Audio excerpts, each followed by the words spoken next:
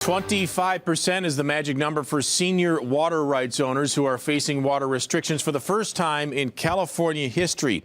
Good evening, I'm Sam Shane, and farmers are now offering to take a 25% cut by using less water or leaving land unplanted.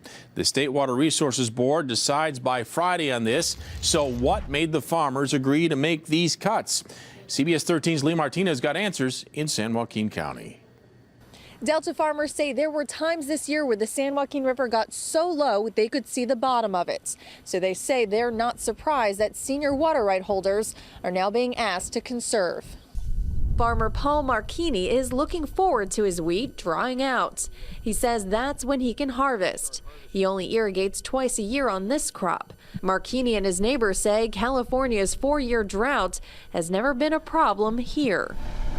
We're in the Delta, so we've never had a situation where we've been a lack of water. Delta farmers have senior water rights, priority access to water because their land sits on the river.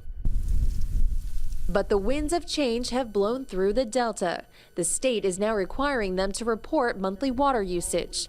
To avoid deep cuts later, Delta farmers are volunteering to take a 25% water cut now. Well, the alternative is the state come in there and say, sorry, there won't be any water, you can't divert at all. So they have the big stick is what it amounts to. The farmers aren't particularly heartbroken losing the water. This farmer pulled out his walnut grove earlier this year. The fear is not the lack of water, but the quality. We're dealing with a higher salt level, and that's basically because of the drought. Without the water coming, the fresh water coming from the mountains, we don't have any way to dilute the salt that comes in from the ocean. And some farmers would rather have nothing than put salt water on the ground, potentially ruining the soil for future crops.